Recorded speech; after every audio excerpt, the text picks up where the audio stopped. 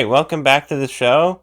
I'm Isaiah, and that's George. If you're new around here, um, please like if you want to, and comment below any thoughts or suggestions, and subscribe. And hit the notification bell to see all of our notifications. If you haven't done that already, thank you. We appreciate it. Um, how was it going? Good morning. Good morning. Welcome if you're new around here. You're new. And not good morning if you're not new around here.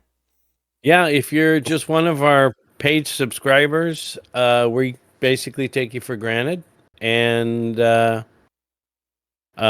send your Well, I don't take you send for your granted because I'm not the one that said that. send your pals with pay and spread the word about how Isn't to pay. isn't bribery illegal? This is extortion and it's also illegal. And But no, welcome everyone. Good morning and What? hello. Nothing. Hello. Hello. Hello world. Mm-hmm. This is a really long intro. Not really. Not Hello. really. Usually, I go on for quite a ways before Yeah, I get to any that is point. absolutely true. Yeah. So I think I I'm said that cutting a it little bit too short. excitedly. Well, you know, that's okay. It's good to be feel alive and have joy and about little things that absolutely don't matter about anything, but that's a starting point. You know what I mean? Everything's a starting point. Um, until it's not, and then it's not the starting point. It's a I wonder if continuing there's point. It's a line. is That's what it is is. there is there anything before a starting point? Um, before the starting point. Well, what I mean is like if you're in a race, and Paul said we're in a race. I'm not going to go off on a subject because you wanted to talk about the advantages of a Ovaltine diet, and No, I didn't. no. Oh, okay. That was Um, your subject. Oh, that was yeah. Paul said that we run that we should run as if we're in a race, and so I'm just wondering what was before the starting point. The I don't know. Okay, Anyway, that's a yeah. Just throwing that out there. all right. So, recently I've been thinking about the double standard that some atheists have about Christianity, that they don't apply to their own beliefs. And I was just thinking about this last night, that with every field of study in every science, um, I'm using more of the scholastic, like Thomas Aquinas usage of the term science, which applies to uh, religion as well. But with every science, when you are coming up with a theory that explains the data um, that is discovered Hmm. in physics or in any field of study, really, when you try to explain that data, it can become more difficult over time as more things are difficult to understand, that there's not enough information, you're ignorant on the subject to a certain extent.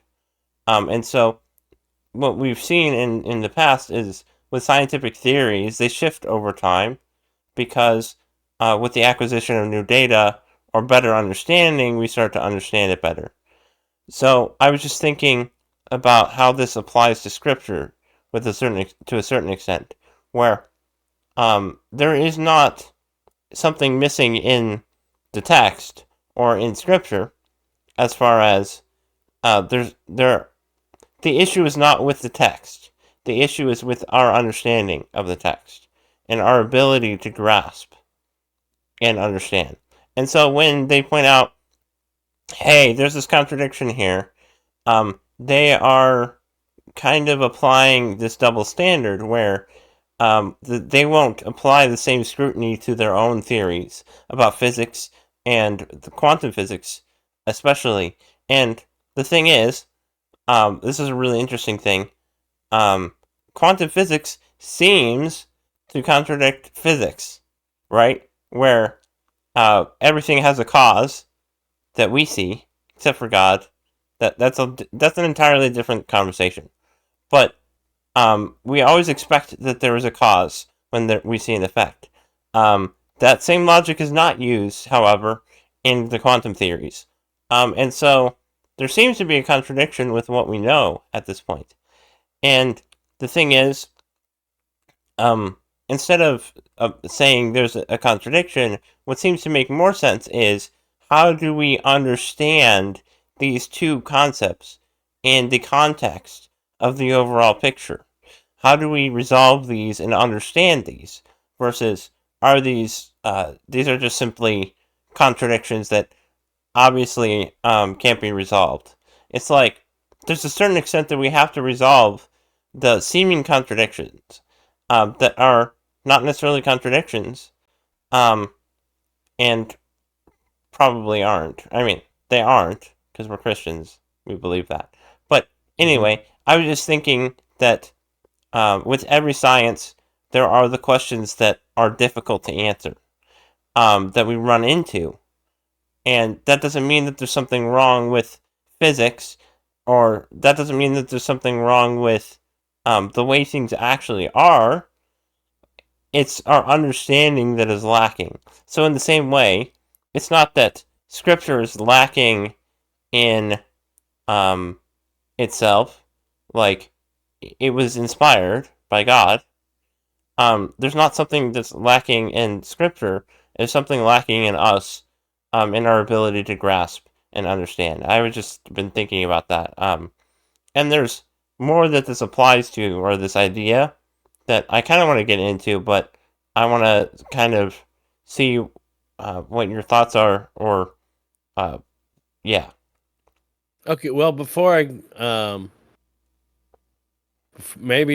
say much, I don't want to take the subject down another rabbit hole. So, but yeah, I don't think atheists play fair because they want to hold us to one standard, and they don't hold themselves to another a standard, and it seems to be the standard is maybe one of the standards, or the hypocrisy is at the point of contradiction. So, for example, if and we both believe that everything has a cause, but then we also stipulate that God is the uncaused or unmoved mover. So that seems like a contradiction, but it's really not. It flows from creation, right? But it seems like a contradiction. We're not afraid of that contradiction, and we admit that or that seeming contradiction. But scientists on the other side, we understand that there's some things they don't understand. You know, it's like when they shoot a particle through a slit. They put two slits in and of course, who's to say even their observation of this analysis is actually accurate? But anyway, they project a particle. There's two slits, and if they direct it to one and shoot it through there, it goes through there unless they're watching it. But if they're watching it, it goes through the other one. So this and so it's a contradiction. They're like, well, why? What should it matter? Why? And when I say watching it, they're observing it, and in order to observe it, they have to use measurements that maybe affect it for some reason. Anyway, I can't remember what the name of the experiment is, but they will explain that contradiction away to something else, instead of meeting the contradiction head on, and admitting the contradiction or the unknown. Well, I do want to go back to something that you said about everything has a cause. The reason why that's not a contradiction is because the nature of God is such that he is being itself, meaning he doesn't need anything to cause his own existence. He just is, and that's based on the act potential distinction, where um, everything that is okay, sorry. There's a chain of potential being actualized. God has no potential. He just is. He's just pure act. So I just want to clarify that to people. It's really not a contradiction. It's just about the nature of what God is compared to us, or who God is compared to us. Well, and that's the very contradiction, or one of the very contradictions that they're not consistent about, because we agree with them that in the material world everything has a cause, but they're smart enough to know that we can't go back into a eternal regress of movement. That's true. Something had to start the movement. Yeah, that's. And so I see that. I guess I haven't quite thought of it that way. Like the people now, the atheists, um, they hypothesize a Big Bang that just happened, and they break their own question. What I mean by that is they ask, well, what caused God? But they don't say, what caused the Big Bang? I mean, there are some atheists that go that far, but Richard Dawkins, for instance, when he doesn't go before the Big Bang. He just says, like, that's the start of it. It's like, that doesn't work. But anyway, keep going. I just no, haven't quite put thought through it that way. Yeah, it's just they deal with the contradiction just the opposite. So, scientists, and we don't use this in a pejorative manner. We're all scientists, some with big S's and some with little S's. And I thought you said something else. Yeah, you mean it started with an A? But that would work as well. But they pride themselves on being very practical and observational. Hence the term science.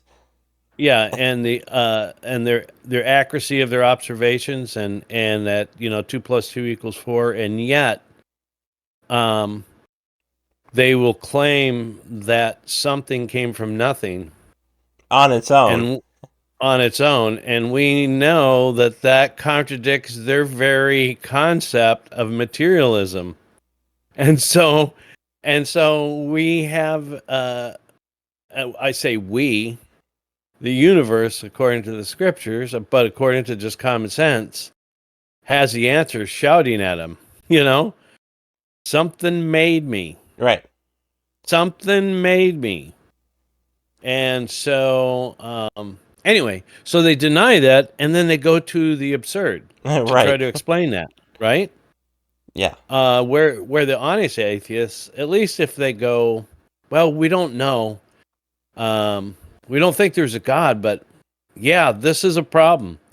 It would be really good to hear an atheist say, yeah, this is a problem because, Yeah, well, you know where they go? Where? They go... Well, I know where they go. We talked about before, aliens. Well, no, I mean... One of the areas. Yeah, some of them do. But most of them go to, well, there's this... What if there was this, like, one particle that was always existent and then burst into everything? It's like, you just basically redefine God. And they don't go all the way down the philosophical path of what does it mean to be a eternally existent being. And the thing is, when you actually go down the logic, you basically have to conclude all the things about God's existence that we already believe. And so you basically say, well, God doesn't exist, but here's God. It's like, which one is it? Like, does God exist or not?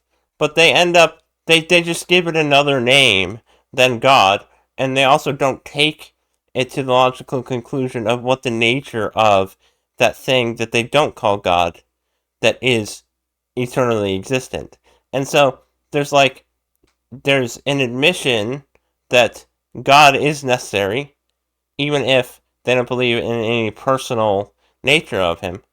But they don't take that to its full conclusion, which is there is a God that has all power, that and has agency. You eventually do have to end up with agency, but they don't take it to its final conclusion.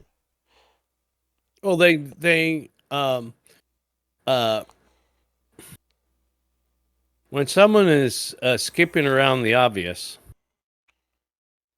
they have to go from after you expose one absurdity, they have to go to another absurdity. And so they go to the next absurdity if, as you say, the ones that say there's some starting point and you said that they redefine God.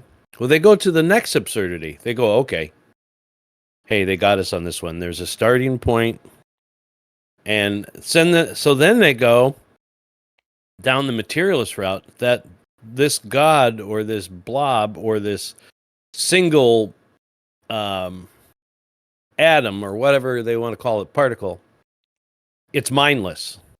It has no there's no capability within it to make it's not a designer. That's where they go next. They go like, no, it just happened and things flowed out. And it's like, so then you expose that absurdity and go like, okay, when have you seen a house build itself? When have you seen a car construct itself?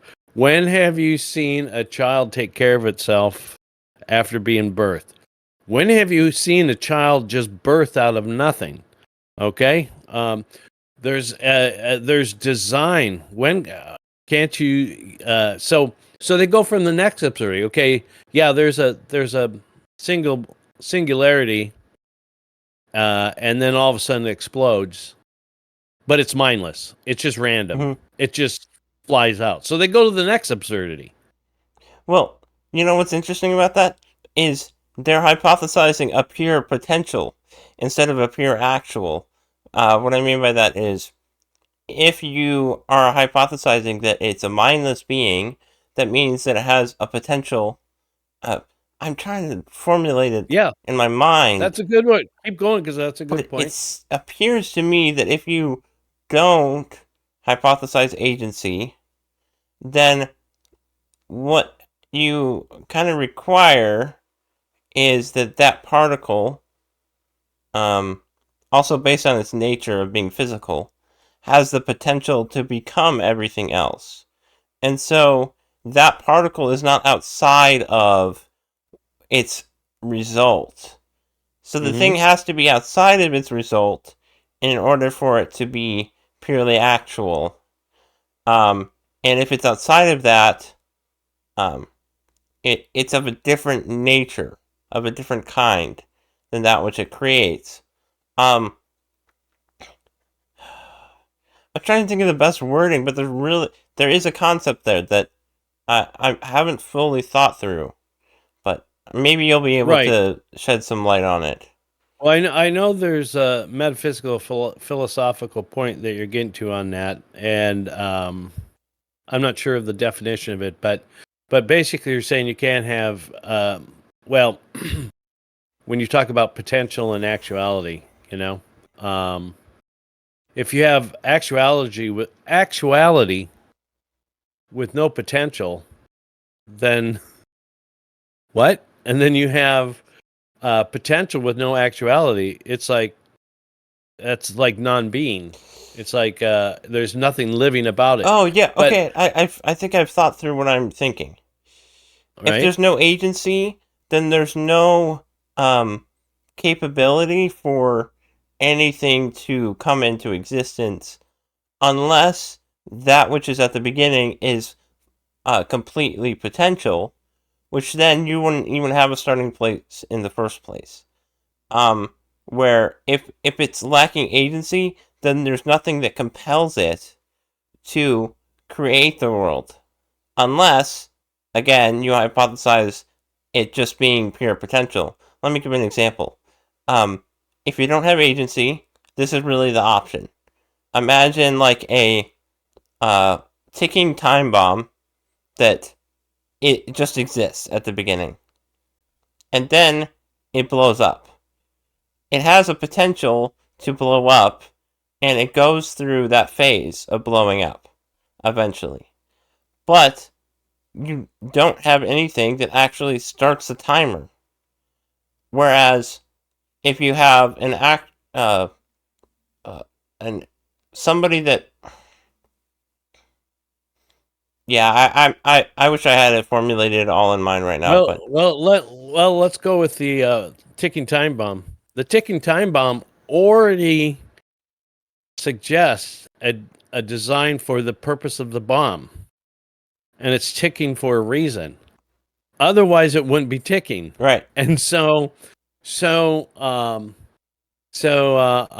I think that analogy is good. You can't, if you have potential, there's going to be actuality. There's going to be agency. Oh, okay. And now I've thought about it. Okay. Okay. I'm sorry. I've been trying to figure this out. There has to be something within the thing that creates everything that compels it to make something. So either it's compelled by something else or it's compelled by itself. Correct. And so if it's compelled by itself, that means it is a free will agent because it can make decisions, right, on its own without any outside influence. Whereas the alternative is something that doesn't act out of itself, but out of something else, which is impossible in a world that is made by the Big Bang without any agency behind it. That's what I was getting at. Right. Well, before I forget this, you're talking about, and this is not a pick on Atheist Day. Kind of is. Just kidding. Well, yeah, but because we all want to, in our arguments, to admit the seeming contradiction or the possible real contradiction, and in order to discuss any subject. And so, but it occurs to me that we are always accused of being hoping in a sky fairy, or a god out there. Sky Daddy. Sky Daddy. You know what? What occurs to me is who is the closest to the pagan believer?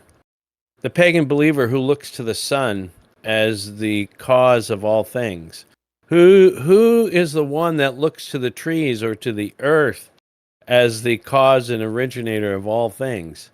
Who's the one that ultimately looks to the particle as the cause of all things and kind of worships it in a sense? It's the materialist. Yeah. I said it in the reverse. You could say it either way. Yeah. But they're the ones that are most similar to the primitive pagan tribes. And so we always give, man has an inclination to religion because he has been created to glorify God. And so there's a certain inclination in every man. And that's where, the worshiping of the sun god without revelation and comes from, because something outside themselves is greater, but they haven't thought through the logic. And then, 3 or 4 or 5,000 years later, really smart, educated Harvard, Yale, Cornell, University of Wisconsin, University of Minnesota, really smart people come out and say, no, you've been worshiping the wrong particle. That sun up there, you idiot, is a mass of plasma. It's the particle that is the God, So they are so they're it's really a it just occurs to me it's really like a form of paganism. Well, yeah, it's really interesting because the people that said like there's this God and that God and stuff, they're looking to the material world for the answers, that only God can answer, and Mhm.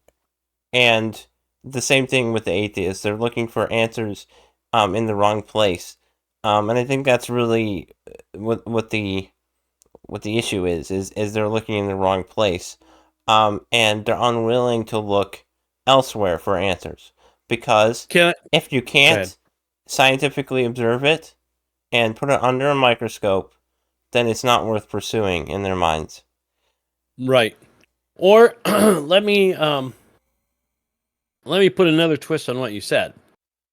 It's not so much that they're looking in the wrong place. Because we can observe nature and learn from it, right? We have to because it reflects the glory of God. And so, how do we start to understand? Well, those are pointers. Yeah, they're pointers, but we live in that. We don't live in a classroom, and so how do we start to understand parents and family and hierarchy and authority and all those things and justice? And it's through our experiences. So we're forced into the classroom of life, you know. And so I don't think it's so much that the atheist is looking in the wrong place; is that they deal with the challenge or the seeming contradiction with their de facto already predisposed position that there is no God.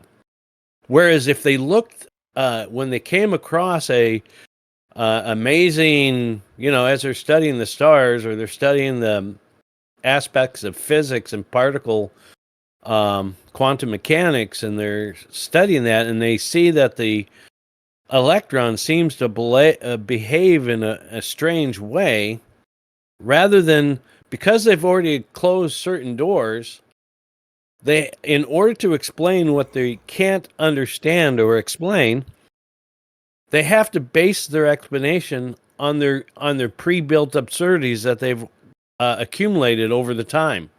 Okay, they can never go to the sky god or sky daddy, or you know they can't go there, so Right. they have to make something else up.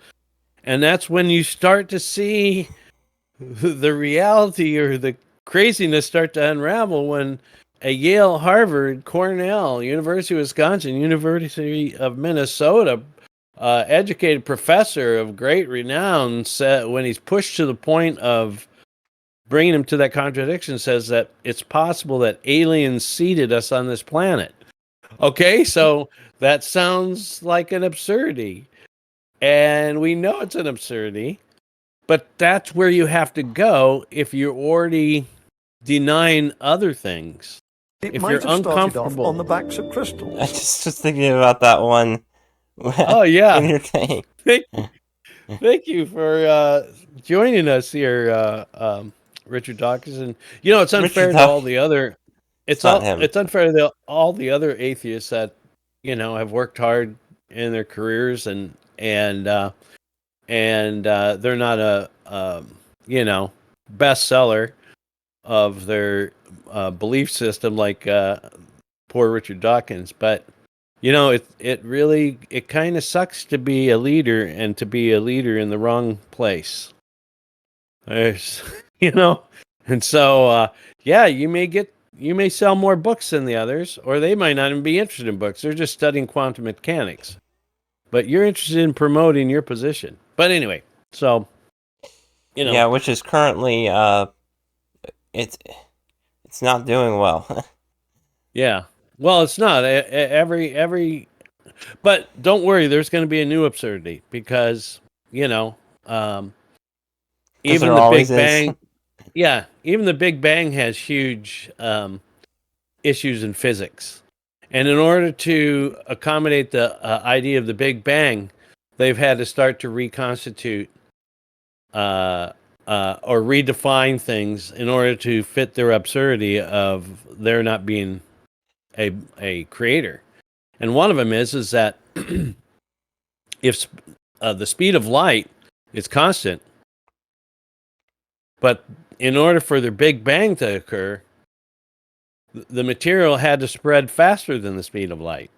But we already heard that nothing can travel faster than the speed of light, and so that's the fastest speed. Oh, So really? that's one Interesting. thing. So that's one of the things they've had to explain away. Oh yeah. In this case, those kleptons from Klepto who stole everything, kleptomite, they collect kleptomite. Anyway, they cause the speed of light to vary during that initial Wait, time, hold but on. after that, They're saying that it varied? yes, That's anyway, not so how that's constants work. well, Why would they do that? That's okay. So, but you have to understand where the idea of a constant came from. well, I know where Hasn't been. the idea of constants come from, but I'm just saying, Well, I if mean, you believe in constants, that doesn't make any sense. You can't change a constant. well, hold on. When we talk about the constants of the speed of light, they can't prove that that is true. Right. Well, what I'm But saying is, if you believe that, well, in order to, for certain calculations and certain cosmology, the speed of light has to be constant. Otherwise, their equations don't work. Well, what if this? Who decided that the speed of light is constant? It was an arbitrary decision, and so maybe they measured the speed of light and arbitrary? arbitrary. No, Maybe nothing's they, arbitrary. yeah. Well, right. There's an agenda behind it, but maybe they measured the speed of light and it seems to travel at such and such miles per hour.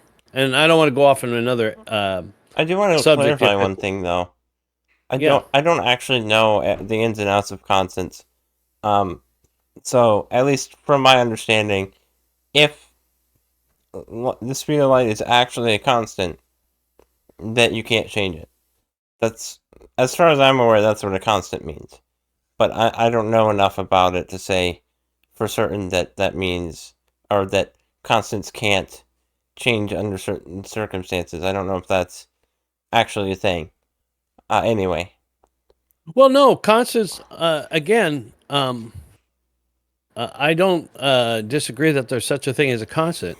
I just am pointing out that the speed of light.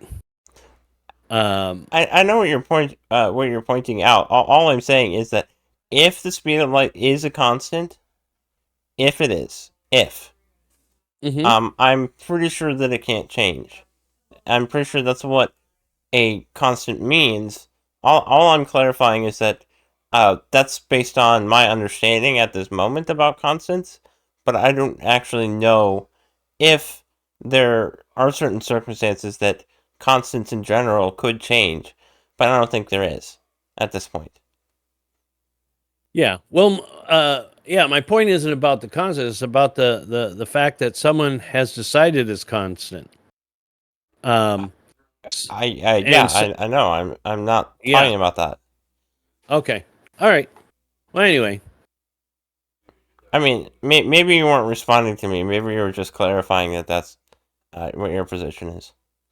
Well, no, I'm not clarifying. My position is someone gave it a constant, and Jesus didn't reveal that to the apostles, and so, um, so I'm fine with understanding the idea of the speed of light having a cannot exceed or is a constant speed.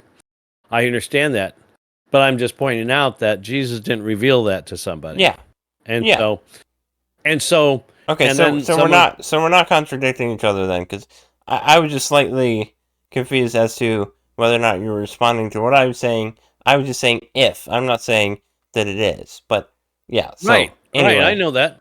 Yeah, I know that. yeah, okay. So we're not Yeah, on different pages here. right. And so someone can. So anyway, it's just uh scientists and individuals and non-scientific people, religious people can do this.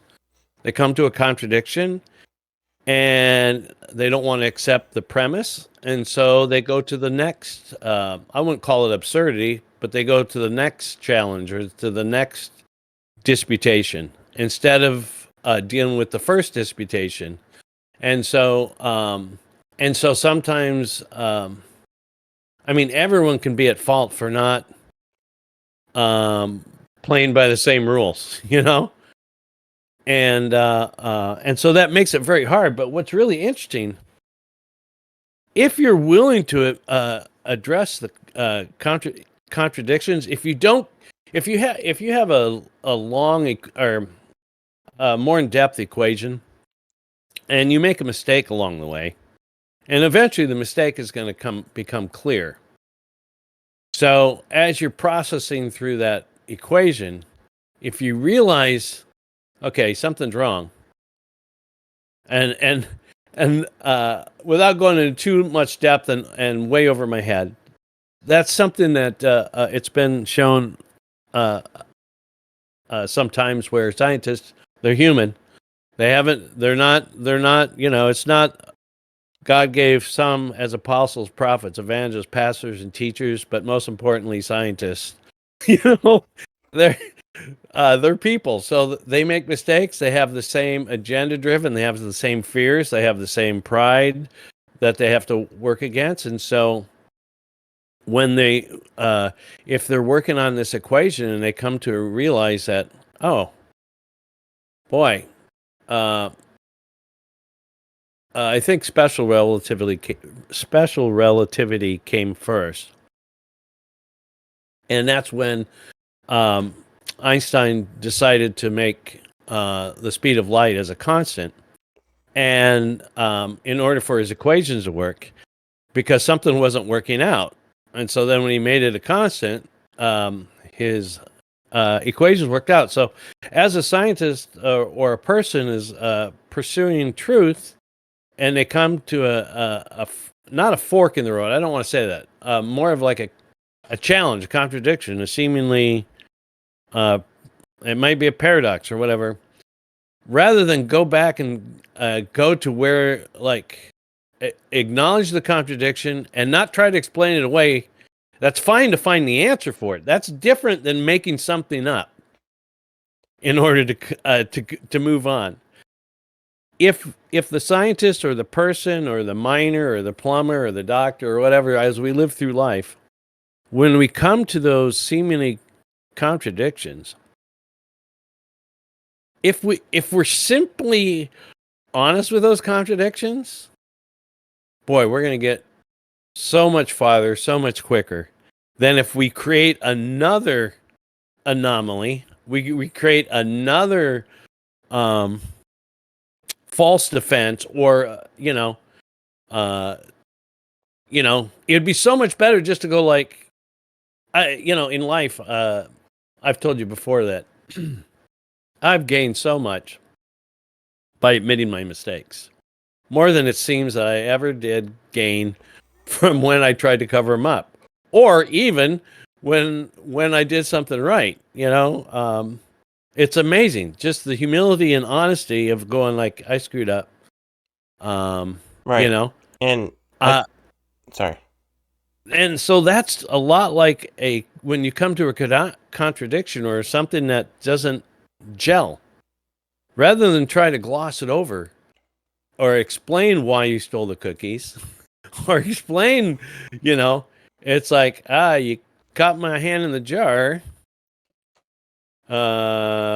Okay, so let's, I know I wasn't supposed to do that. Well, the reason I'm doing that is because Ewoks threatened my neighbor, and if I don't get all these cookies and give them to the Ewoks, my neighbor is going to be kidnapped, instead of going to that absurdity. And I'm using an absurd reasoning, but very logical and seemingly reasonable conclusions or defenses are as foolish. Sometimes. Yeah. Sometimes we don't see it right away. But anyway, all I'm saying, go ahead.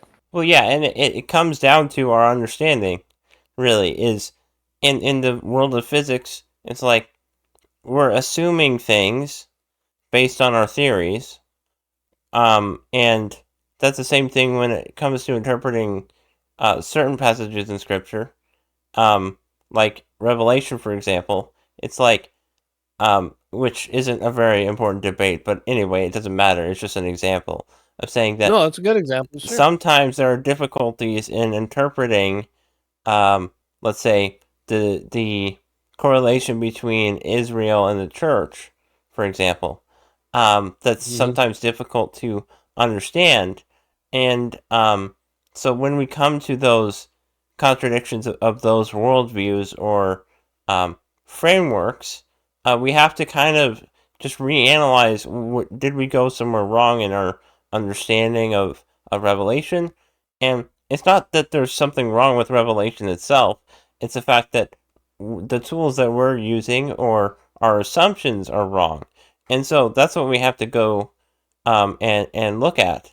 And so the scientist has to go and look at the foundation of physics, or the physicist, like uh, like Einstein has to go back and look at what are we assuming here, and how is that Hmm. leading us to this? Is it that Hmm. that there's a problem with um, the speed of light, or is there a problem with our presuppositions beforehand? And that's what we have to constantly analyze. And so when we reach somewhere that's hard to understand, um, we shouldn't assume, well, my theory is obviously right, so I can just understand this with my theory or whatever.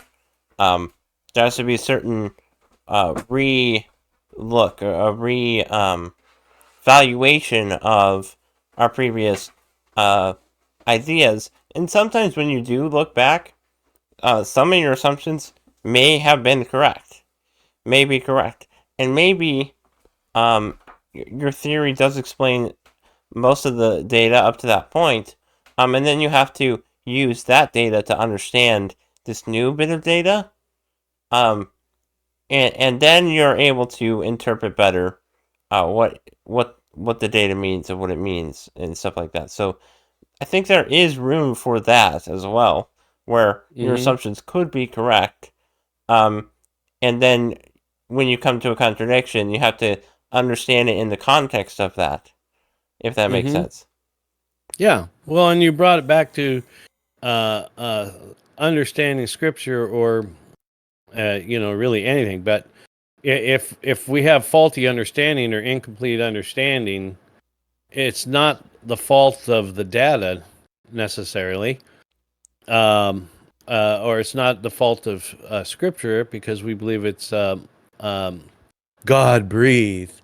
Um, Um, and I don't do that mocking God. I do that mocking sometimes the emphasis that people gives on that uh, uh, is that it's the error is on our side, on our end, and so um, defending the atheists in this sense, um, you know, do most believe what they're saying? I think I would have to give them The benefit since of I the don't doubt. yeah, I don't personally know them.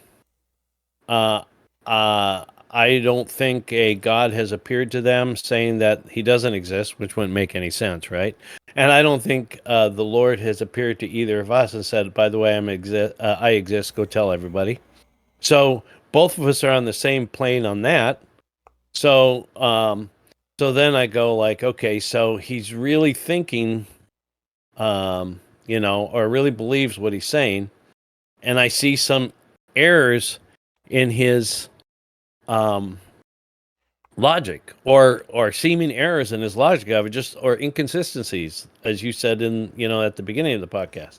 And I just want to point out, why are you not using the same logic when you say that every effect has a direct cause, and so and everything. nothing. Something does not come from nothing. Right. And so, why are you violating that simple logic that you use um, to push something that seems contradictory to that? And so, so they have to answer for that, Yeah. or be willing to give an answer for that. Well, the thing is, when you acknowledge that, okay, that there seems to be a contradiction here with our current understanding, we'll eventually understand it. Let's say that they said that, for instance. Sorry, give me a second. Thinking.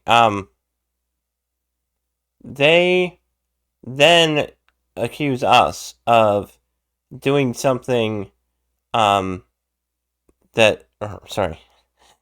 I'm trying to think of the best wording here. I just got distracted for a second. Okay, that when we do the same thing, when we say we will have faith that this is this seeming contradiction isn't one, for instance. The thing is, they complain that we do that, but then they do it themselves. And this also applies to the idea of faith. They ridicule the idea of having faith, yet they have faith in their view. And so they are complaining about us having a certain faith, but then they do the same thing in their worldview. And so it's not necessarily that they have contradictions, which is the problem, but it's the double standard that is more of an issue, where they they treat Christianity as a different thing entirely, as we're doing something special or different than they do themselves, to a certain extent. But then I would say also it is an issue that some of their theories do contradict our current understanding that has always existed about cause and effect, which is a presupposition of logic and physics that has existed from the beginning of any theory of physics. That is an issue if you're trying to contradict the foundational principle that has governed physics forever. There's an issue there as well. I think, yeah. But anyway, just to say, the issue is more about the double standard that they employ than the fact that they do have certain theories that they feel like there are seeming contradictions that aren't really contradictions that can be resolved. Yeah, I agree with you. The fact that the double standard, they do have contradictions that they've accepted, but they've taken to a different, but not in every case. But it's the double standard is used. Double standard is sophistry in a sense. It's a part of sophistry. Don't pursue the truth. Pursue to win the argument. And so, if that is your goal to win the argument, then to be unfair, or hypocritical, or is easy. You use whatever tool you want, to win the argument. If that's your goal, to win the argument. And so those so when someone resorts to a sense of unfairness or hypocrisy in how they double standard, it's because the argument is not their argument or their position is it doesn't necessarily mean their position is weak. And it doesn't mean the position is strong. It just means that they've come to a contradiction or a fork or a certain step that they've chosen to take it one way or the other. And then they, when you choose to, and that's the one when we, if you ask a materialist, and that's why I say there's a lot of honest people in the world, and we know sincerity is not a virtue if it's not attached to the truth, but at least sincerity and goodwill can help us get to the truth. Right.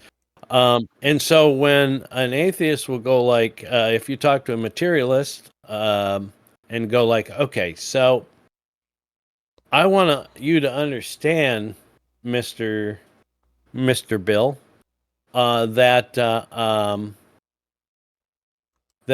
I agree with you that if we live in a material world, let me go back to this. No, if we live in a material world, I agree we do. And if, as you say, that's all there is, and then when we quit breathing, our atoms just go into the soil, and that's it. We're never around anymore. I admit that is a hopeless situation. That would be hopeless. That would make no purpose in my life. As that would be purposeless. And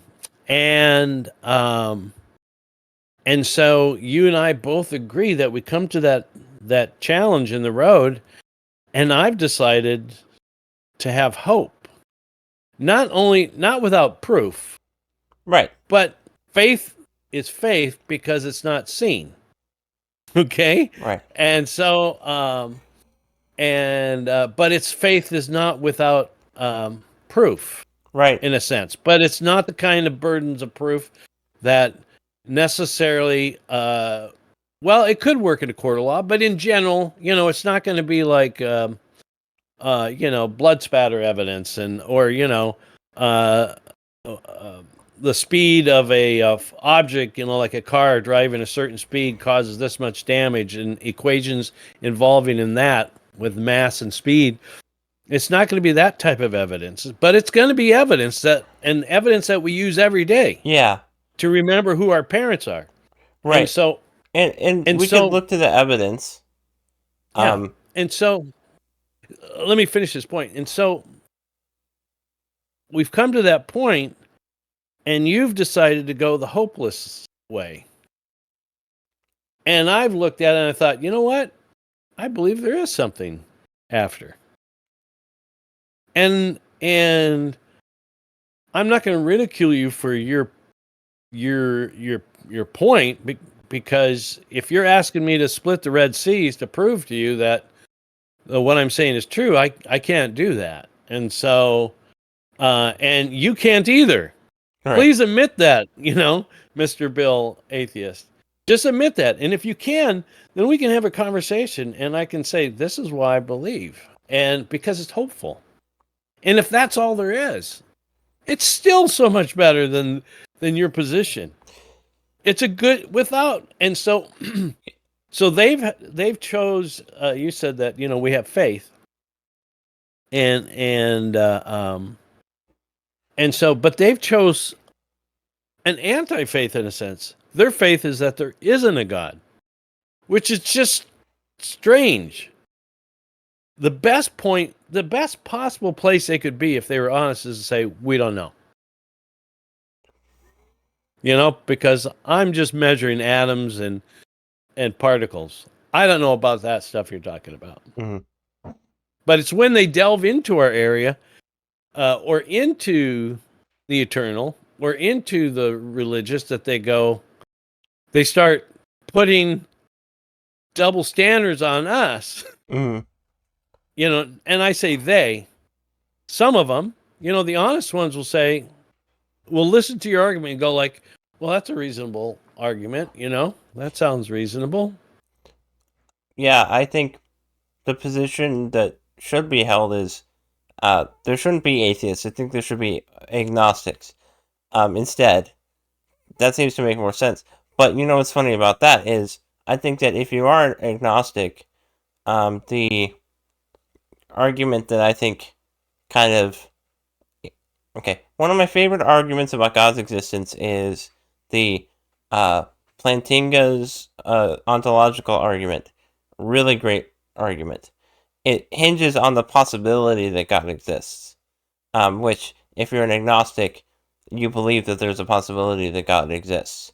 That's a great argument that I think is cool. But anyway, my point isn't to bring up arguments. But the idea of living in a hopeless universe, meaningless universe, we can't live practically. We can't live that out practically. Because if we did, then we would all be killing ourselves. That's really what that leads to. If we live out the universe is meaningless idea, that's a really dangerous place to be. We all live with a certain level of hope that is necessary for us to exist. We need hope in order to exist. Versus the other animals, which really just desire to live by instinct. When we ask questions, and we go to the conclusion of our questions a lot of the times, or the answers that we give actually affect the way that we live. And so we have to live with a certain amount of hope. So even when it comes down to it, and arguments aside for God's existence, living as if God exists is still better than atheism, than living as if God doesn't exist. Well, certainly, and I agree with you. And we shared the limitations of the cultural Christianity in a couple other episodes back, and others have talked about cultural Christianity with great clarity as far as the problems with it. It will always face problems, but that being said, it's still a better way to live. Right? Yeah. But even what belies that is like, okay, the atheists, whether they work at a convenience store or a plumber or a professor or a politician or a dentist, or a laborer or they operate on faith already that when the end of the work week comes, the university's check will be honored, for their pay. All of them depend and have a certain trust, a certain faith that this check that they gave for their employment is going to be good, and the bank's going to accept it, and then they're going to be able to take that money and buy food. And so there's a certain level already that if and that's the inconsistency, that many times they have in their position is it's like, okay, so you think that you work for a living and they owe you a paycheck. And I agree with you, they do. Well, what are you living for? Is there a paycheck at the end of your life? Wouldn't that seem consistent? Or wouldn't don't you hope? I mean, how much do you hope that you're going to get the, $450 at the end of the week, or $450 an hour if you're, an attorney at the end of a week? How excited are you to realize that hope? Pretty excited. Not only are you excited, maybe it's really needed to pay for your rent or pay for your food or pay for your trip around the world. I don't know. But you're pretty excited about that. Well, what about the paycheck for your life? Have you ever thought about it that way? Do you have any hope for that? Would that seem unreasonable? If you are really, really hopeful about your paycheck at the end of the week, can't I be hopeful at the paycheck at the end of my life? Or something? Or maybe a bill at the end of my life? I don't know. Wouldn't it seem reasonable? Yeah, and if you don't have that ultimate desire fulfilled of some greater thing than what this world provides, then this is a really sad existence, because it's ultimately meaningless, and that is a really hard pill to swallow. And that's why when you hear people philosophize that way and believe that, they don't pay attention to it when they're living their lives. um, Mm-hmm. because it is a sad, depressing existence. And the thing is, um, I can I can see why some people think that way, that the world is meaningless, but that's really sad and depressing, and I can't imagine living with that in mind constantly. And um, the idea that this is it, it's like, so what's the point of even having existed here in the first place? It's just an accident that happened without any purpose behind it. And the thing is, we can have a hope. We can have hope because we believe that there is something beyond this world, that we are made for a purpose. We believe in a telos, or an end, a point, a final end, Mm-hmm. uh, that Mm-hmm. we are being directed towards. And I Yeah. think that we all have instinctively recognized that we have a telos of some kind, um, because we are one of the only animals that can ask the question, why are we here? It's like, Mm-hmm. why can we even ask that question? Why do we even desire to ask that question? It's like, it's a desire that precedes all of our desires, that is ultimate, which is, there's some reason in this universe, and I think it points to God. I think that that longing and desire in the human heart points to God, because it doesn't point to anything in this world that can be found at this point.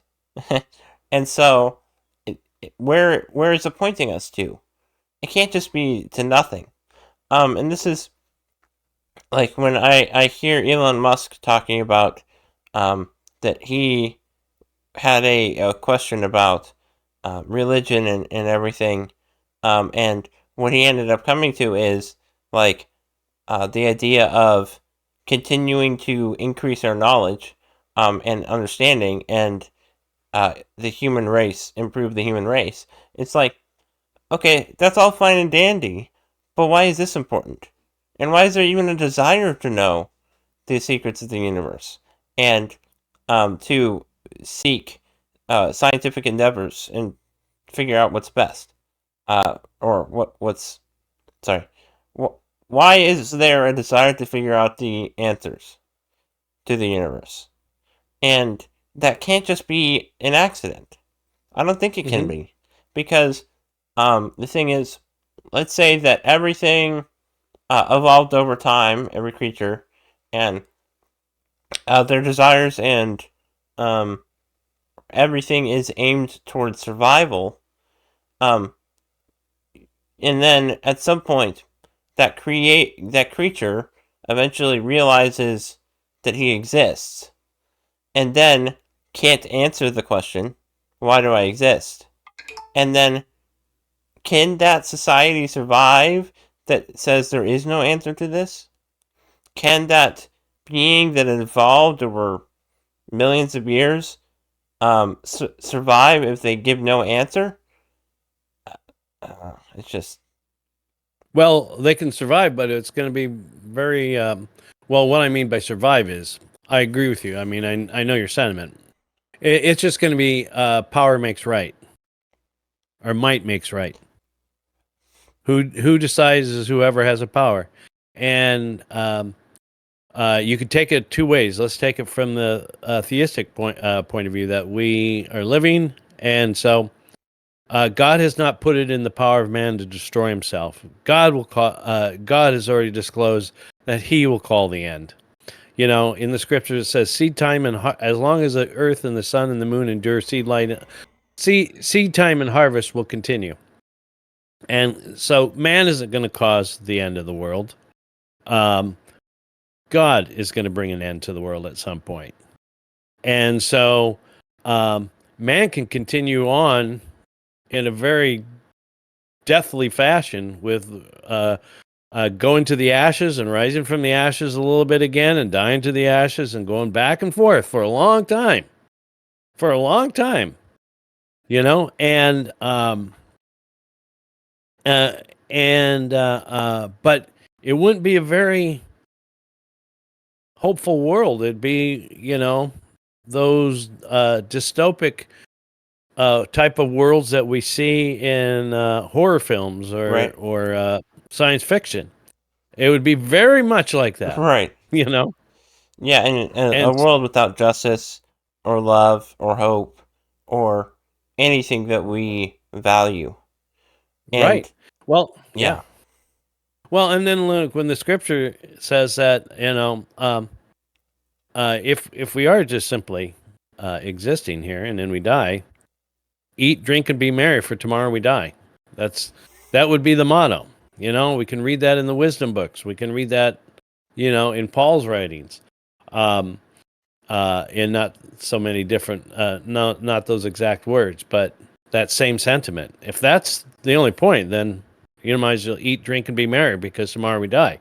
But the problem with that is everything we observe and how we operate through life from our very beginning. Being born into a family, and then when we reach whatever that age of reason is, if it's 7 or whenever, but when we know the difference between right and wrong, and we recognize that I exist and I'm different than my sister, and I'm different than my brother, and I'm different than my mom and dad, separate from them, but yet not independent of them. When we recognize that, from that point on, everything in life, and even those things that before we understood and were self-aware, all the repetition of over and over and over again of cause and effect, of sacrifice and reward, and disappointment, and perseverance, and all these things. And that's why I come back again just to that paycheck. The paycheck to me represents all those different interactions that we've had through life, of cause and effect, of logical reasonings. We see the answer, the common sense answer. Who goes to work? Who's going to go to work and break rocks at Acme Granite Company in their mine for 40 hours just because they're going to do it and never expect a paycheck? No one. Right, for no The reason. only person that would do that would be an insane person, right? So let's rule out the insane. And we feel bad for them. But all the sane people, no one is going to go there and crush rock 40 hours a week and not expect a paycheck. And so all I would ask an honest atheist of goodwill, or whatever my interlocutor is, on whatever point, is like, okay, so, but in this case, the atheist is like, all right, yeah, we live in a material world and it's dangerous. It's seemingly unpredictable. Since you're saying and I'm saying we know that we're not going to live forever in this material existence, everything tells me that there is something, because everything else has an answer to that question. Why are you working 40 hours at Acme Granite Company? So I can make some money. Why are you buying flowers for Lillian? Because I like her and I hope I can influence her to like me. Why are you, on and on and on, all the things we do through life. It's for, if I can just make it in a crude sense, a paycheck, but it's much more deeper than that. But yeah, it is. But there's the always a principle still payoff. stands. There's always Yes. a result of action of some kind. Mm-hmm. Or that is equal or greater compensation for the work that is done. Mm-hmm. Mm-hmm. And so what's nice, coming back to your argument, I don't want to get off your topic. Are we still on your topic that you were kind of wanting to head down? Oh yeah, we're totally fine. I am feeling like I want to wrap it up soon, though. I'm a little tired. I'm not sure why, but yeah. So, just keep that in mind. We can keep talking. I'm just, whenever you're ready, I'll be ready. Okay. Well, I'm just thinking that coming back to your topic about, and this is not a show, anti atheist show, or your whole premise was like recognizing, or not premise, but your whole discussion was begun by saying that sometimes we don't get the full picture, or if there's a problem with our answers, if we have the right material, let's say, or the right data, and in this case, for the atheist, might be just scientific or logical reasonings that if we're going to be honest with the logical reasonings of data on that, we should come to the right conclusion, but sometimes we don't. And if we don't, it's not because there's something wrong with the matter that we're measuring, but it might be something wrong with how we're measuring, or Our measuring stick, yeah. our measuring, or so. And so same with in the scriptural side, sometimes we maybe are not getting the whole picture, and so if there's a problem in our conclusion, it's not because there's a problem in the scripture. It's not because we're using the wrong translation necessarily within Right. reason. It's because something's lacking in us to see it or willing to see it. So you're saying that, and so and that often happens in life in so many cases. When we're anxious about something, we want to find the answer. And there's that struggle or that tension within us, which was in our first parents of why, when the Satan first brought up to Eve, and then Eve brings it up to Adam, is like it just occurred to him, why did God say I couldn't eat this fruit? And so they had this tension, and they chose to resolve it with their own reasoning and go to an absurdity. And the absurdity they came to is that God, they did not question their reasoning capability. They questioned God's reasoning capability. Why would he tell us not to eat this if it was going to open our eyes? So they went to they skipped from one they came to a contradiction, it seemed, and they jumped to an absurdity to justify their actions, in a sense, in a simplistic way, instead of just like waiting and going like, oh, I don't need to have this tension be uncomfortable. This tension could be kind of really exhilarating. Why did God tell me not to eat this fruit? And since I believe that God knows more than you and me, Eve, or since if Eve were to say, I sense God knows more than you and me and his reasoning is perfect, let's go find out what the answer is. Yeah, sorry. Go ahead. I just thought of something interesting. I think they maybe a thought process could go like this: God made everything for us to enjoy. He said, "Do not partake of this thing," even though everything is for us to enjoy. Why shouldn't we be able to have this? And then maybe they could think, well, maybe it's that now is not the time to have this, or maybe. There's many reasons they could maybe think through without necessarily even going to God and asking him, which obviously they should have done, but I'm just saying, that there doesn't need to be an assumption that there's a contradiction. There could be a reason why that exception exists.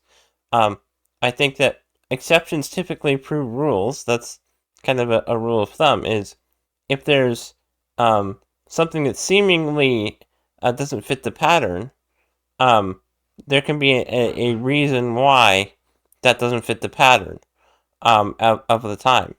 And so maybe the circumstances would be different between the fruit of the tree of knowledge of good and evil and the other trees, in that this one is not for this time. Or that maybe that's a reason. Or maybe there's a different reason.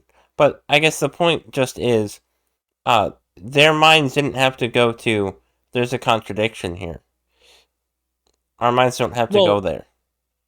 Right. Or, yeah, we're calling it a contradiction. And I would just calling it an appearance of a contradiction. Appearance of a conundrum. Something that's not keeping with there's something missing here. But what I thought you were going to say, and I liked what you said, but also what I thought you were going to say is like the fact that the Lord, gave him that commandment. First of all, if we just looked at the commandment of what is recorded, we don't know what else maybe God might have told him. But if we look at just what is recorded, is the answer to their question or to their challenge of when they're tempted contained within the words that God spoke, or is it simple obedience? And so, and simple obedience would have been the really beautiful thing, but if it was obedience and with recognizing the logic of it, that would be good. But the fact that this tension was presented, this was an opportunity for glory.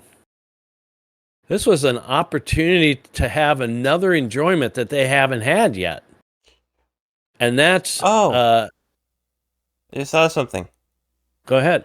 When I said God created everything for us to enjoy, this test, let's say it's a test.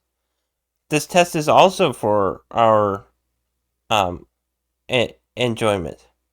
Exactly. And maybe it's not necessarily the fruit that is to be enjoyed, but it's the idea of obeying God.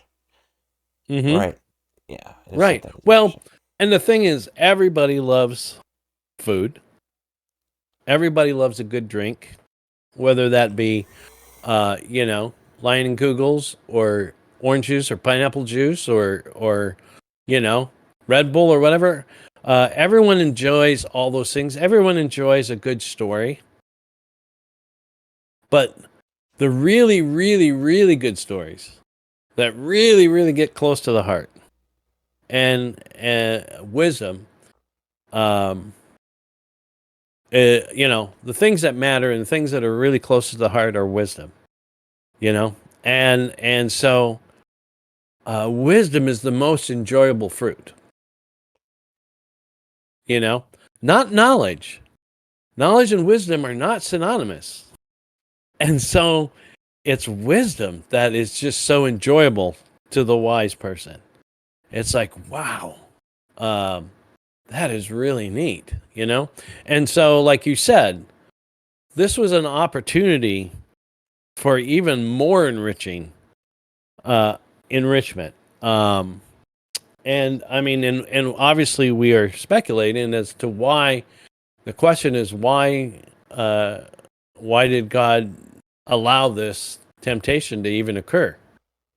And so, anyway, but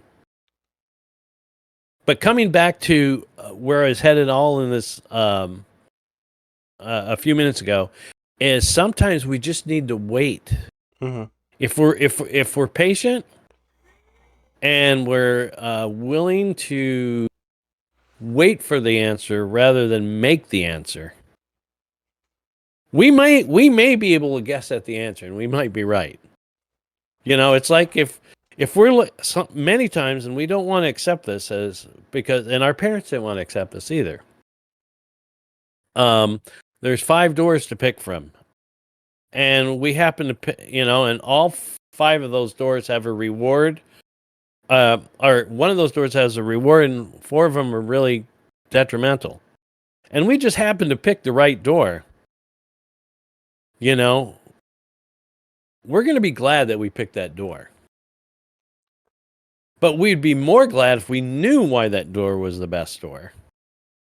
And then on top of that, if the guy who put the stuff in the doors told us which door was the right door, and we simply just believed him, we're also going to have joy. And then we could go Okay, I trust you. You said pick door number 3. Why did you even set up the 5 doors in the first place? You know, because they're just simply, anyway. So, but sometimes if we're willing to wait for the answer, I told you and I've talked about this before, but I told your dad sometime long ago as I used to read for understanding, and I kind of do that, but I'm kind of willing to wait for the answer rather than guessing which is behind the door, because many times my guess is wrong, and and the answer always comes, and it's so comforting. And when the answer comes, that it's